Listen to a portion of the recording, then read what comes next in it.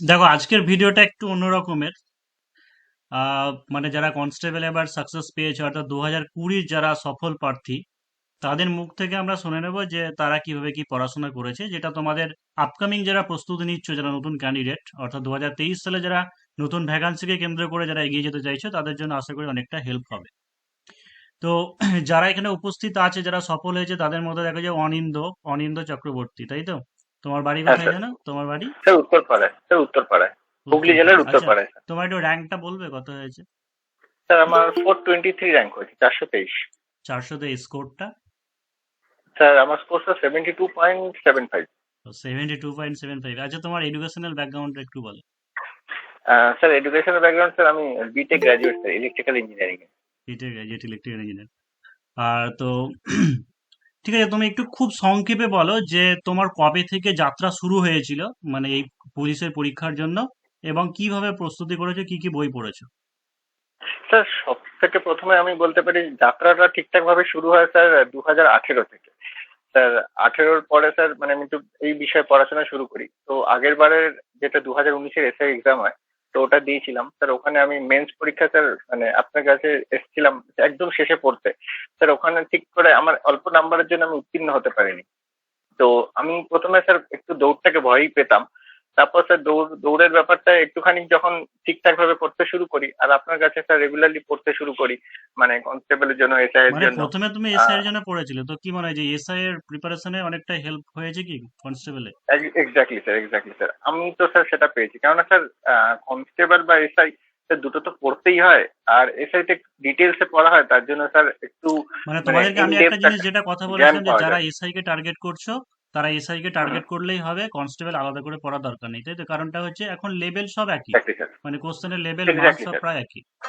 আচ্ছা, তাও তুমি এক্স্যাক্টলি কি স্যার। কি বই পড়েছিলে? স্যার বই বলতে খুব সত্যি কথা বলতে আমি তেমন তো আলাদা করে কিছু বই স্যার মানে তেমন কিছু পড়ি না স্যার। লুসেন্টের বইটা কিছু ফলো করতাম মানে জিকের পারপাসে। আর এছাড়াও স্যার ম্যাথস এর কিছু বই ফলো করতাম। তারপরে স্যার একটা আর স্যার বিভিন্ন বিভিন্ন মানে এমনি যেগুলো বাংলায় থাকে কিছু বই, যেমন চঞ্চল ঘোষের কিছু বই, এরকম জাতীয় কিছু কিছু বই দেখতাম। কিন্তু স্যার অ্যাকচুয়ালি যে রেগুলারলি ফলো করা ওরকম কিছু করতাম না আচ্ছা, স্যার, আপনার একজন কাছে ক্লাস করতাম। একটা ক্যান্ডিডেট যে প্রথম থেকে ধরো একদম জিরো থেকে স্টার্ট করছে, তাহলে হ্যাঁ স্যার, তার হ্যাঁ স্যার। কি বই পড়া, মানে বাজারের কোনো যে বইগুলো পাওয়া যায় সেইগুলো পড়া উচিত, নাকি আমার মতে বলে যে টেক্সট বইগুলো প্রথমে একটু পড়া উচিত, মানে টেক্সট বই থেকে স্যার কনসেপ্টটা ক্লিয়ার হবে? স্যার সবার প্রথমে স্যার আমার যা মনে হয় এখন যেরকম কোশ্চেনের স্ট্যান্ডার্ড হচ্ছে বা কোশ্চেন যেদিকে এগোচ্ছে, স্যার সেই কারণে স্যার আপনি যদি টেক্সট বইটা যদি ইন ডেপথে পড়েন, একটা যদি আপনার কনসেপ্ট যদি ক্লিয়ার থাকে তবেই আপনি পারবেন। স্যার বাজারে যত বই আছে স্যার, আমি কাউকে ডিসরেসপেক্ট করবো না, প্রত্যেকটি বই স্যার ভালো, কিন্তু স্যার বইতে স্যার কোশ্চেন আনসার উপায়ে লেখা থাকে। কোশ্চেন আনসার স্যার ভালো, কিন্তু তাছাড়া যদি আপনি একটা ওভারঅল যদি একটা জ্ঞান থাকে, যদি টেক্সট বুকের নলেজ থাকে, তাহলে আমার মনে হয় জিনিসটাকে অ্যাকসেপ্ট করতে বা জিনিসটাকে নিয়ে আরো ডিটেলসে জানতে বুঝতে প্রত্যেকটা সময়। আচ্ছা, যেমন ম্যাথ স্যার ইতিহাসের ম্যাথ ক্ষেত্রে কিভাবে করা উচিত? ম্যাথ ডেসক্রিপটিভে করা উচিত, নাকি একদম শর্ট ট্রিকে শেখা উচিত?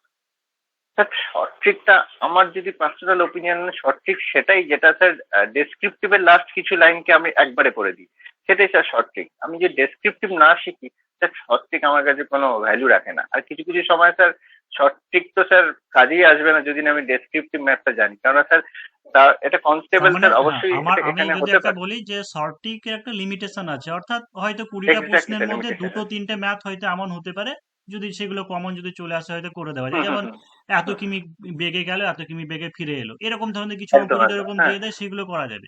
আদারওয়াইজ যদি হুম। একটু ঘুরিয়ে দেওয়া হয় তাহলে কিন্তু শর্ট ট্রিক অ্যাপ্লাই হবে না। সেই কারণে জন্য একদম স্যার। আমি তোমাদেরকে যাদের এসআই এর করিয়েছি, এটাও নিশ্চয়ই দেখেছো যে একদম ডেসক্রিপটিভ স্যার। থেকেও বলেছি যে ওখান থেকে শর্ট শিখে নেওয়া যাবে, বা সাধারণত আগে কনসেপ্ট ক্লিয়ার করে নাও, তারপরে তুমি শর্টে একদম যতটা পারো করবে করো।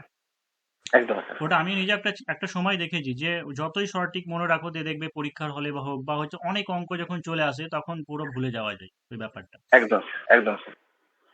আম, তাও তুমি কত সময় করে, কত ঘন্টা করে পড়তে দিনে, মানে কোনো কি স্যার রুটিন ছিল তোমার? না স্যার, আমি ওরকম তো আলাদা করে কিছু রুটিন করিনি। তাও স্যার মোটামুটি 3-4 ঘন্টা রেগুলার পড়ার একটা হিসাব রাখতাম, কারণ স্যার মাঠে তো ধরুন প্রায় 2 ঘন্টা মতো যেত।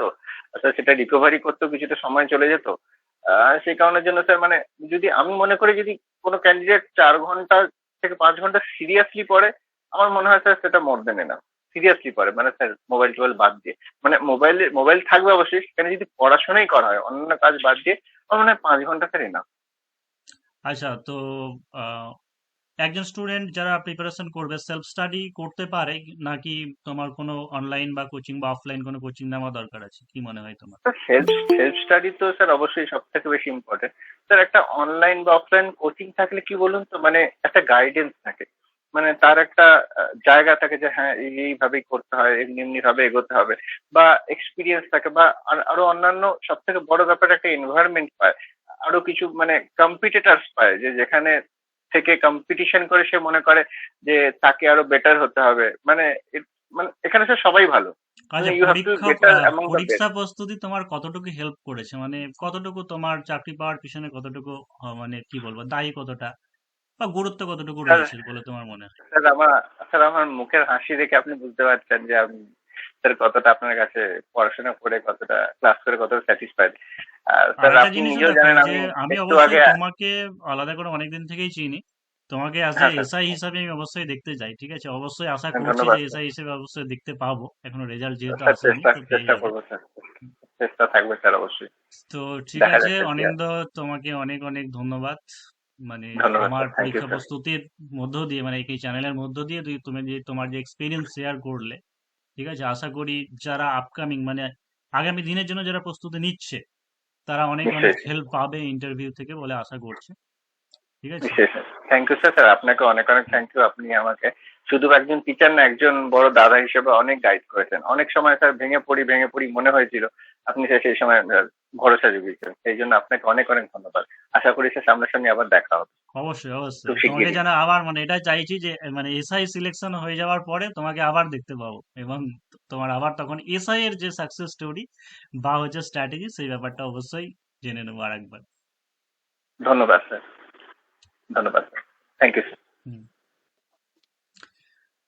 দেখো অনেক ক্যান্ডিডেট যারা সাকসেস পেয়েছে, ঠিক আছে, সেটা আমার সরাসরি অবদান থাকতেও পারে বা ইনডাইরেক্টলি বা ডাইরেক্টলি, যাই হোক সবাইকে অসংখ্য অভিনন্দন মানে ধন্যবাদ আগেও জানিয়েছি।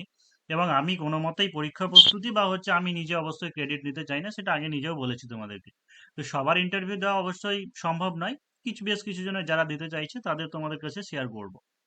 তো আরেকজন ক্যান্ডিডেট আছে, দেখো যে সুমন কর্মকার, তোমার তো উত্তর চব্বিশ পরগনা বাড়ি, না উত্তর চব্বিশ পরগনা তো নাকি? হ্যাঁ স্যার, উত্তর কোথায়? চব্বিশ পরগনা। কোথায় বাড়ি উত্তর চব্বিশ পরগনা? হ্যাঁ স্যার। কোথায় বাড়ি তোমার উত্তর চব্বিশ পরগনা? স্যার উত্তর চব্বিশ পরগনা জেলায় বাদুড়িয়া থানার অন্তর্গত। আচ্ছা, বাদুড়িয়া, বাদুড়িয়া। তোমার র্যাঙ্ক কত হয়েছে একটু বলবে?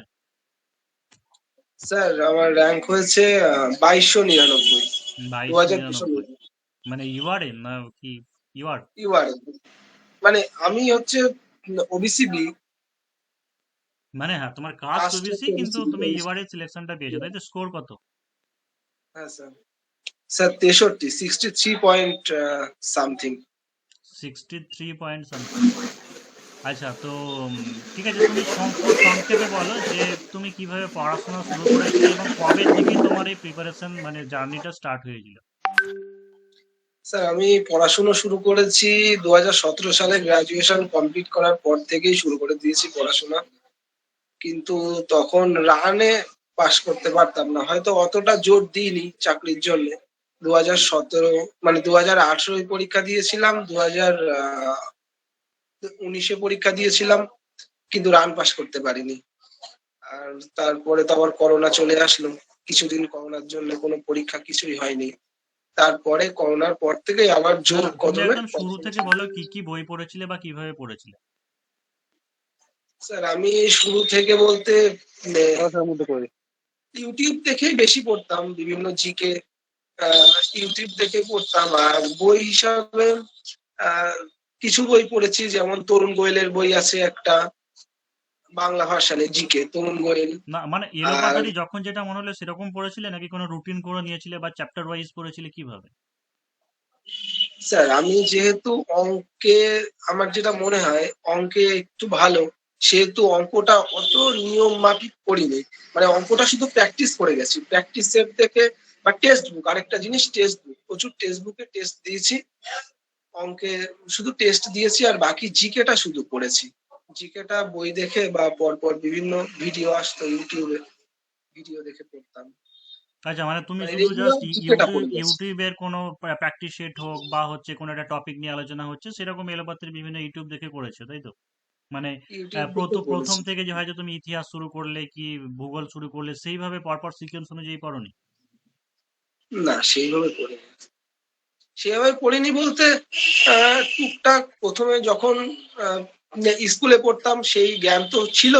এখন মেন ব্যাপারটা যেটা হয়েছিল, অনেক কিছু মনে ছিল না, ভুলে গেছিলাম। সেইগুলোই আবার আর কি মনে করা নতুন করে, আচ্ছা, সেরকম। তো তোমার জীবনের টার্গেট কি আছে, বলে লক্ষ্য কি আছে? স্যার, লক্ষ্য বলতে ওয়্যারলেস অপারেটরটা পরীক্ষা দিয়েছি, ওয়্যারলেস অপারেটর যদি হয় তাহলে খুবই ভালো লাগবে। এখন আচ্ছা, জানি তোমার না ওটা এসআইটাও কি তো ছিল, হবে। তো এসআইটা মনে হয় কেটে গেছে নাকি এসআই? না, এসআই মানে এসআইটা ছিল কিন্তু এসআই কেটে গেছে। হ্যাঁ, মানে প্রিলিতে কেটে গেছিল। হ্যাঁ, ঠিক আছে। তুমি তো ওয়্যারলেস অপারেটর তো আমার কাছে পড়েছো, এই কনস্টেবলটা মেনে তো ছিলে, মেনেও ছিলে, ইন্টারভিউটাও দিয়েছিলে, ইন্টারভিউ কত পেয়েছো? হ্যাঁ, হ্যাঁ, ইন্টারভিউতে হুম। ইন্টারভিউতে 11.83। আচ্ছা, বলো যে কোথাও তুমি যে সমস্ত ইউটিউব চ্যানেল বলো বা ইয়ে থেকে পড়েছো, তো বলো পরীক্ষা প্রস্তুতি থেকে কি হেল্প পেয়েছো? আচ্ছা, পরীক্ষা প্রস্তুতি থেকে হেল্প আমি খুব ভালোভাবে পেয়েছি।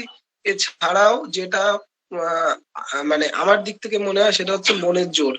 আপনার কাছ থেকে মনের জোর পেয়েছি বেশ অনেক, মানে কনফিডেন্স পেয়েছি, পাশে পেয়েছি সব সময়। এটা আমার খুব ভালো লেগেছে।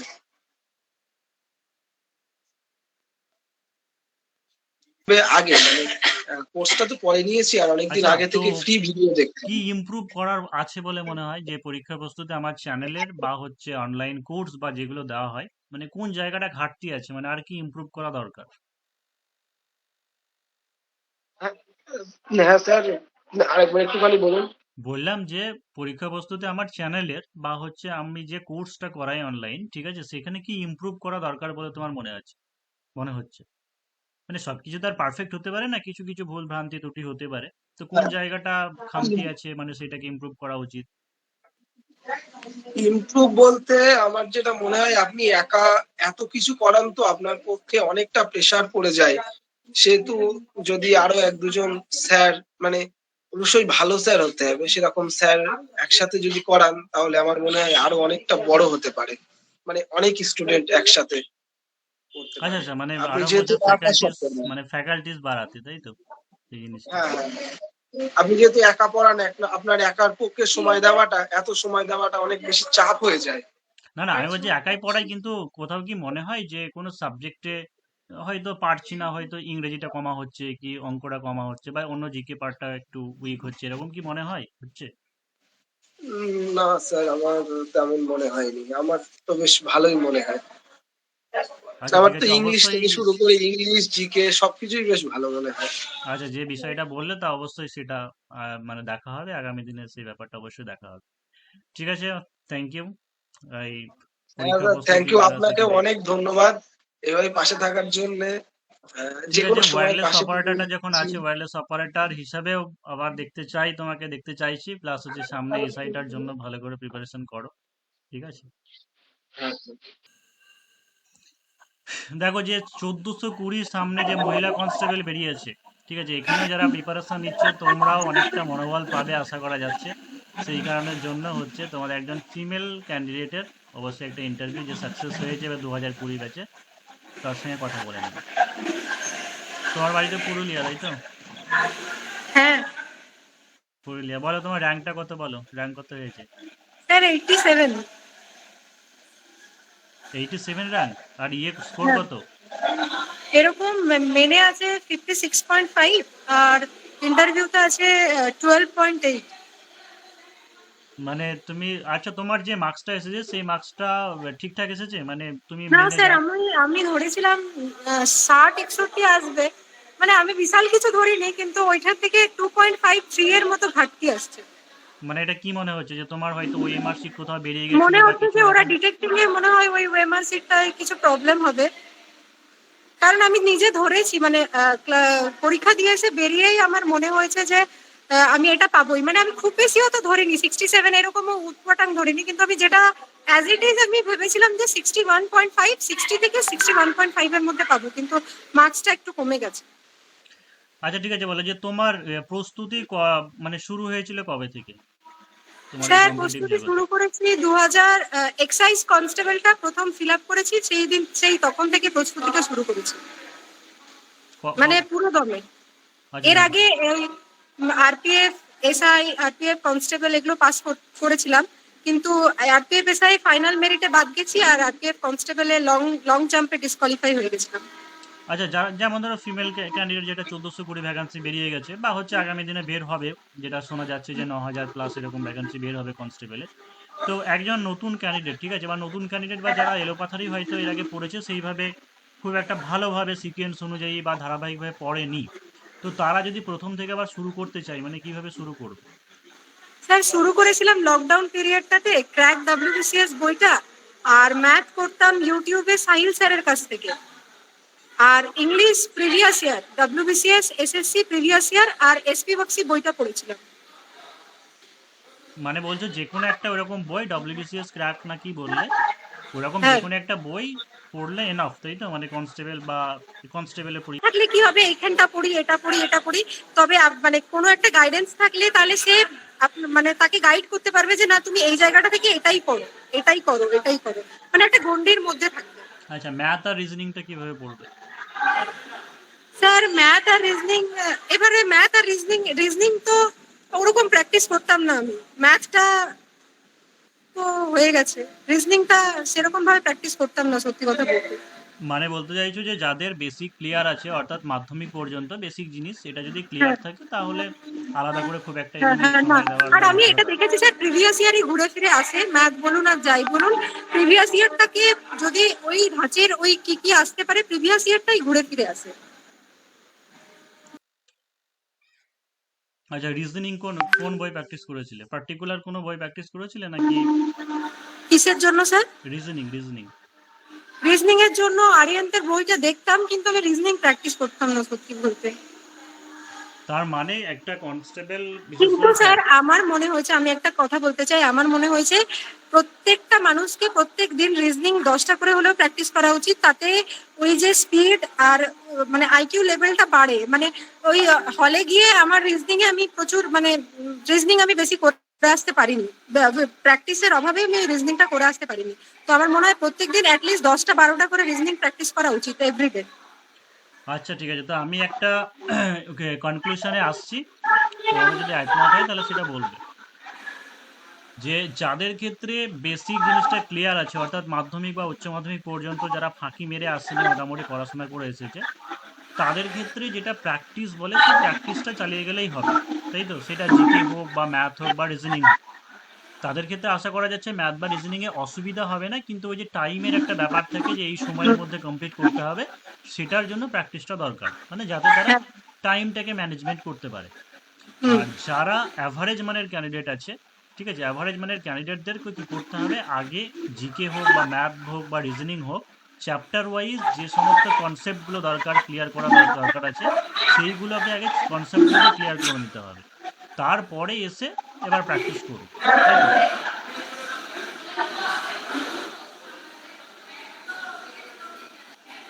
ঠিক আছে, আমরা পরপর এর আগে অনিন্দকে যেমন দেখলাম, তোমাকেও তো অবশ্যই এসআই ক্যান্ডিডেট হিসাবেই চিনি, মানে এসআই এর জন্য অবশ্যই দিয়েছো, মানে এটা না আশা আপনার রাখছি। কাছে ইন্টারভিউ দিয়ে আমার কনফিডেন্সটা তো বেড়েইছে, কিন্তু আমি ইন্টারভিউ হল থেকে বেরিয়ে এসে মনে হয়েছিল যে আমার ইন্টারভিউতে আমাকে 12টা কোয়েশ্চেন করা হয়েছিল, আমি 8টা পারিনি, 4টে অনলি পেরেছি।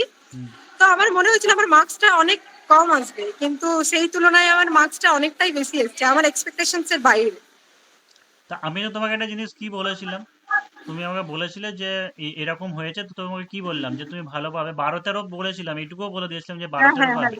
হ্যাঁ হ্যাঁ এমনকি তোমাদের ওই এসে আর তোমার যেদিনকে এর আগে ডেমো ইন্টারভিউ হচ্ছিল, মক ইন্টারভিউ হচ্ছিল, হ্যাঁ সেই হ্যাঁ দিনকে ওই একটা আহ, একজন এসআই আসেনি, কি নামটা ভুলে গেলাম, জয়দীপ, মনে পড়ছে? হ্যাঁ হ্যাঁ জয়দীপ, ওকে ওকে সেদিনকে ডেকেছিলাম যে তুমি একটু হ্যাঁ হ্যাঁ ইন্টারভিউতে হ্যাঁ থাকবে। তা আমি তোমাকে 9.5 দিয়েছিলাম, ও কত দিয়েছিল যেন, 11 দিয়েছিল তোমাকে, কারণ আমি হ্যাঁ একটু হ্যাঁ চেপে নাম্বার দিয়েছিলাম, আমি এটা বলেও দিয়েছিলাম যে আমি একটু চেপে নাম্বার দিচ্ছি, ও কিন্তু ঠিকঠাকই নাম্বার দিয়েছিল।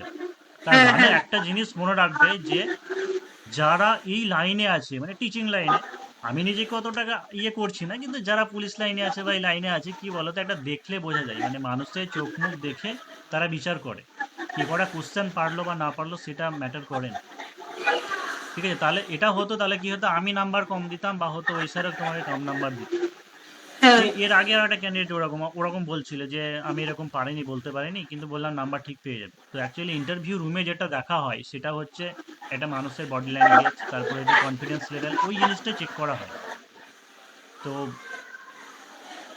ঠিক আছে, তো এসআই আশা করি ভালোই হবে, দেখা যাক রেজাল্ট কবে আসছে। Thank you. হুম হুম। হ্যাঁ, ইস্কানুর বলো তোমার বাড়ি কোথায় বলো, আর আমার কনস্টেবলের র্যাঙ্ক কত হয়েছে? স্যার আমার বাড়ি হচ্ছে মালদা, আর আমার র্যাঙ্ক 1000-1100-র মধ্যেই আছে। 1000?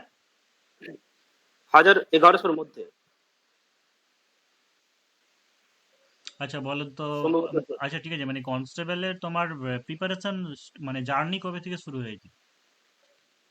জার্নি স্যার 2021-এর মার্চ-এপ্রিল মাসে সেখান থেকে শুরু হয়েছিল। মানে 2000 তুমি কনস্টেবলে ফর্ম ফিল আপ করার পর থেকে শুরু করেছিলে? হ্যাঁ, কমপ্লিট করার পরে মানে মানে ওটাই সেক্স। ওটাকে টার্গেট করে পড়াশোনা শুরু করেছিলে, তার আগে করোনি? মানে কম্পিটিটিভের জন্য বলছেন? হ্যাঁ স্যার, কমপ্লিট তখন থেকেই শুরু হয়েছিল কনস্টেবলের ফর্ম ফিল আপ করার পরে। আচ্ছা, তো শুরুটা কিভাবে করেছিলে, মানে কোথাও কোচিং নিয়েছিলে বা নিজে নিজে শুরু করেছিলে, কিভাবে? মানে স্যার আমি আমার বন্ধুর সাথে শুরু করেছিলাম। দুজনেই কলেজ শেষ করেছিলাম, মানে 2021-এ কলেজ শেষ হয়েছিল, আচ্ছা, গ্রুপ তখন থেকে স্টাডি, শুরু মানে করেছিলাম। দুজনে গ্রুপ স্টাডি করতে? হ্যাঁ, গ্রুপ স্টাডি, আমি আর আমার বন্ধু, একটাই বন্ধু ছিল। আচ্ছা, তো ওরা কিভাবে শুরু করলে, মানে প্রিভিয়াস ইয়ারে কেমন কি কোশ্চেন এসেছিল আগে সেইগুলোকে ফলো করে সেভাবে পড়তে, নাকি কোনো বই কিনে নিয়ে এনেছিলে সেই বইগুলো পড়তে, কিভাবে? স্যার প্রথমে তো এসআই বা কনস্টেবল যেগুলো ছিল সেগুলোর প্রিভিয়াস ইয়ারে যতটা কোশ্চেন ছিল সেটা উঠালাম। তার মধ্যে যেটা পারছিলাম সেটা আমরা চেক করলাম, তো ওর মধ্যে আমরা অঙ্কটা পারতাম, তো আমরা অঙ্কটা তত ধ্যান দিইনি। তারপরে দেখলাম জিকে মোটামুটি সহজই ছিল, মানে পড়ে পারা যাবে, সেখান থেকে শুরু করেছিলাম। আর পরে ইংরেজির জন্য একটু পড়তে হয়েছিল, তো অনলাইন থেকে ক্লাসগুলো শুরু করেছিলাম। পরে আচ্ছা, তার আপনার কাছে মানে মেনশনের জন্য ম্যাথ বা রিজনিং কারো যদি বেশি ক্লিয়ার থাকে তাহলে খুব একটা দরকার নেই, মোটামুটি প্র্যাকটিস করলেই হবে, তাই তো? যে চ্যাপ্টার ওয়াইজ করতে হবে এমনটা কোনো ব্যাপার নেই ম্যাথ বা রিজনিং না। এর ক্ষেত্রে। হুম, আর জিকেটা বলছো, জিকেটা কি মানে কোনো মানে পার্টিকুলার ধরো বাজারে যে সমস্ত বইগুলো পাওয়া যায়, যেমন লীলাস, এই কি যেন ডব্লিউবিসিএস ক্র্যাক আছে, বা নিতিন সিংহানি আছে, বা তরুণ গোয়েল, এরকম বিভিন্ন জন নাম বলে, বা লুসেন্টের বলে, এরকম জিকে যে কোনো একটা বই নিয়ে এসে পড়লেই হবে, নাকি দু তিনটে বইয়ের দরকার হতে পারে, নাকি তার সঙ্গে আরো অন্য সাপ্লিমেন্টারি দরকার? স্যার আমি শুরু করেছিলাম, একটা রেলওয়ের বই ছিল, ওই রেলওয়ের জিকের বইটা, ছবি ছিল ওর মধ্যে, ওটা দিয়ে শুরু করেছিলাম। তো ওখান থেকে মোটামুটি কোশ্চেনগুলো মানে মানে কমন হয়েছে যেত। তারপরে পড়ে যখন মেন্স পাস করেছিলাম, তো মোটামুটি করে দেখতাম ওটাই। আর এই যে কলম বা অন্যান্য কিছু যেগুলো পড়তে থাকে ওগুলোর মুখ টেস্ট গুলো দিতাম। আচ্ছা আচ্ছা, তোমার স্কোরটা কত হয়েছে বললে, স্কোর? Score sir 67.7। তুমি এখানে পরীক্ষা প্রস্তুতিতে কনস্টেবলের জন্য নিয়েছিলে নাকি এসআই এর জন্য? স্যার আমি পড়তে শুরু করেছিলাম ওয়্যারলেস অপারেটরের মানে প্রিলিমস দেওয়ার পরে, তখন শুরু করেছিলাম। আর পরে যখন কনস্টেবলের মেন্সের জন্য, আচ্ছা, মানে কনস্টেবলের মেন্সের জন্য। মেনের সময়তে হয়েছিল, আচ্ছা। হুম, তো কনস্টেবলের মেনের ইংরেজিটা কেমন হেল্প হয়েছে, মানে ইংলিশটা তো 25 নম্বর ছিল, ইংলিশটাও তোমাদেরকে করিয়েছিলাম একটু ভালো করে জোর দিয়ে। হ্যাঁ, ইংলিশটা ভালো ছিল স্যার, মানে ইংলিশটা রেগুলার ক্লাস হতো, তো ওটাই মেনলি ইংলিশের জন্যই আপনার কাছে টিউশনটা ধরা হয়েছিল। আচ্ছা, ইন্টারভিউ কত পেয়েছো? Interview sir 13.2। যারা আগামী দিনে প্রস্তুতি শুরু করছে, ঠিক আছে, মানে আগামী দিনে যারা প্রিপারেশন নিতে চাইছে, তাদের উদ্দেশ্যে তুমি কি বলবে? প্রথমে স্যার প্রিভিয়াস এর কোশ্চেনটা দেখে নেবো, কি কি কোশ্চেন আসছে। তারপর থেকে মানে এসআই বা কনস্টেবল সবই দেখি, বা ডাব্লিউবিসিএস না দেখাই ভালো, কনস্টেবল এসআইটা দেখলেই হবে। আর ওখান থেকে দেখে যেগুলো পারা যাচ্ছে ওগুলো অতটা পড়া দরকার নেই, যেগুলো পারা যাচ্ছে না বা মোটামুটি পারা যাচ্ছে সেগুলোকে দেখা। আচ্ছা, তার মানে হচ্ছে যে প্রিভিয়াস ইয়ারের পুলিশ লাইনের, সেটা কনস্টেবল হোক, হুম, এসআই হোক, বা অপারেটর হোক, অপারেটর টেকনিক্যাল গুলো বাদ, এমনি যেগুলো জিকে বা রিজনিং যেগুলো টাইপের আছে, বা এক্সারসাইজের ক্ষেত্রে পুরোনো কোশ্চেন গুলো আগে দেখে নিতে হবে, তাই তো? কেমন কি প্রশ্ন এসেছে সেই ওগুলো জায়গা দেখি। থেকে দেখতে হবে। এবার দেখা গেলো সেই জায়গায় কোনো একটা জায়গা বুঝতে অসুবিধা হচ্ছে, তখন সেটাকে টেক্সট বই হোক বা বিভিন্ন বই হোক, সেই জায়গাটাকে কনসেপ্ট গুলোকে ক্লিয়ার করে দিতে হবে। ওভারঅল যেটা হচ্ছে সেটা হচ্ছে প্র্যাকটিসটা হচ্ছে আসল ব্যাপার, তাই তো? হচ্ছে ম্যাথ রিজনিং বা যাই হোক, প্র্যাকটিসটা জরুরি, প্র্যাকটিস করতে হবে। আর তুমি বললে রেলওয়ে চ্যালেঞ্জার, কি বইটার নাম? মানে যেটা হ্যাঁ, দিয়ে রেলওয়ে কমন পাওয়ার চ্যালেঞ্জার বললে। বইটা পাচ্ছি। আচ্ছা যাই হোক, তো এই সমস্ত বইগুলো তাহলে দেখতে হবে। আচ্ছা ঠিক আছে। মানে শুরু করে দিলাম ওটা দিয়ে স্যার, হুম এটা হুম হচ্ছে হুম। কথা। তো দেখো যে আজকে অনেকেই উপস্থিত ছিল না, যারা যারা এই সময়টা সময় দিতে পেরেছে তাদেরকে অসংখ্য ধন্যবাদ। যারা এই এখন উপস্থিত ছিল না, তাদের যদি কোনো একটা সময় পায় তাহলে নেক্সট টাইম অবশ্যই তাদের ইন্টারভিউ তোমাদের সামনে হাজির করব, তাদের যে এক্সপিরিয়েন্স সেইগুলো। তবে সবার কথা শুনে বা ইন্টারভিউ দেখে যে জিনিসটা বুঝলাম বা যে জিনিসটা তোমাদেরকে বলবো যে তোমরা কিভাবে শুরু করবে আগামী দিনে, সেটা হচ্ছে যারা একদম জিরো থেকে স্টার্ট করছো, আগে প্রথমে টেক্সট বই হতে পারে বা যে কোনো বই নিয়ে আসো তুমি, সেটা যেন সিকোয়েন্স অনুযায়ী ধারাবাহিকভাবে হয় এবং চ্যাপ্টার ওয়াইজ যেন হয়। মানে এলোপাথারি শুধুমাত্র এমসিকিউ কোশ্চেন করে প্রথমে হবে না। অর্থাৎ আগে সিলেবাসটাকে কমপ্লিট করো, কনসেপ্টটাকে ক্লিয়ার করো। যাদের ক্ষেত্রে অনেকেরই স্ট্রং জোন থাকে, উইক জোন থাকে। কারো ক্ষেত্রে যদি ম্যাথামেটিক্সে যদি দেখা যায় যে ম্যাথামেটিক্সে সে খুব উইক, তাহলে ম্যাথের ক্ষেত্রে একটা ভালো গাইডেন্স নিয়ে নিতে পারো। বা হচ্ছে ম্যাথের ক্ষেত্রে যেখানে ডেসক্রিপটিভে করে দেওয়া আছে সেই রকম ভাবে আগে প্র্যাকটিস করো, ডেসক্রিপটিভ শিখলে পরে তবেই তোমার কিন্তু এই শর্টকাটটা শেখা সহজ হয়ে যাবে। রিজনিং এর ক্ষেত্রে ওইরকম পার্টিকুলার কোনো চ্যাপ্টার ওয়াইজ না করলে হয়তো হবে, রিজনিংটা একটা মোটামুটি প্র্যাকটিস করে গেলেই হবে। তবে এখন রিজনিং এর অনেক টাইপ আসছে, প্রকারভেদ আসছে। মানে হয়তো সেন্ট্রালে যেগুলো পড়ে বা ব্যাংকিং এ যেগুলো পড়ে, আগে যেগুলো এখানে আসতো না সেখানে আসছে। তো এই সমস্ত টাইপ গুলোকে জেনে নিতে হবে রিজনিং এর ক্ষেত্রে। আর সবার থেকে সমস্যা যেটা, সেটা হচ্ছে জিকে বা ইংলিশ নিয়ে। তো ইংলিশে দেখেছো যে 25 নম্বর থেকে এখন কমিয়ে দিয়ে 10 নম্বর করা হয়েছে। এটা এখন ট্রেন্ড হয়ে যাবে কনস্টেবলের ক্ষেত্রে যে 10 নম্বরের ইংলিশ হবে। সেই কারণে যেন ইংলিশটার কিন্তু প্রেসার কমে গেল। আর ম্যাথামেটিক্সের আর জিকের ক্ষেত্রে যেটা করবে, জিকের ক্ষেত্রে এখন কিন্তু সায়েন্স পার্টটাকে টানার একটা প্রবণতা আসছে, মানে ফিজিক্যাল সায়েন্স বা বায়োলজিক্যাল সায়েন্স এই পার্টগুলোকে। তাই কিন্তু 9 10 শুধু বলবো না, 7 8 থেকেই দেখবে যে বায়োলজি, পরিবেশ বা হচ্ছে যে সায়েন্স পার্টটা থাকে, সেই সায়েন্স পার্টটা কিন্তু একটু একটু করে করতে পারো। আর সব থেকে আসল কথা যেটা, সেটা হচ্ছে সেই দিন শেষ যে শুধুমাত্র এমসিকিউ কিছু প্র্যাকটিস করবে আর চাকরি ক্র্যাক করে যাবে, সেই দিন কিন্তু শেষ। তোমাকে যে ক্র্যাক করতেই হয় তাহলে কিন্তু আগে টেক্সট বইগুলোকে ভালো করে পড়তে হবে। টেক্সট বইগুলোকে ভালো করে পড়ো, কনসেপ্টটা যেন ক্লিয়ার হয়, তবেই তুমি ক্র্যাক করতে পারবে। তো ঠিক আছে, সবাইকে অসংখ্য ধন্যবাদ। যারা যারা কোয়ালিফাই করেছো তোমরা জয়েন করো, এবং তোমাদের যাদের টার্গেট আছে তোমরা আরো এগিয়ে যাও। এবং যারা আপকামিং পরীক্ষার জন্য প্রস্তুতি নিচ্ছ, এই সমস্ত টিপসগুলো বা এগুলোকে কাজে লাগিয়ে তোমরাও এগিয়ে যাও। ঠিক আছে। স্যার আমার একটা কোশ্চেন ছিল।